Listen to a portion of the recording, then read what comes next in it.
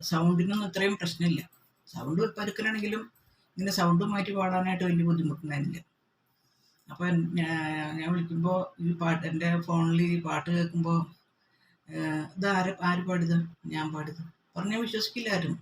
ഇത്രയും പാറപ്പുറത്ത് ചിരട്ടിട്ട് ഉറയ്ക്കണ പോലത്തെ സ്വരം കൊണ്ട് ഈ കുഞ്ഞു സ്വരത്തിൽ പാടാൻ പറ്റുമെന്ന്. പക്ഷെ ഇപ്പോൾ അത് വല്ലാതെ സ്ക്രാച്ചായി ഒന്നും കൂടെ. തൊണ്ടയിൽ എന്നും പ്രശ്നമാണ്. അത് കാരണം പ്രാർത്ഥന പോലും ചൊല്ലാൻ പറ്റുന്നില്ല. ശരി. പിന്നെ മറ്റേ കൊക്ക മുതലി കോനെനർജി അങ്ങനെ കുറേ പാട്ടുകളൊക്കെ ഈ കുഞ്ഞു സ്വരത്തിലായിട്ട് ഞാൻ സ്വരം മാറ്റി പാടാറുണ്ടായിരുന്നു. പാടാൻ ട്യൂണൊന്നുമില്ലെങ്കിലും ഒരു രസം.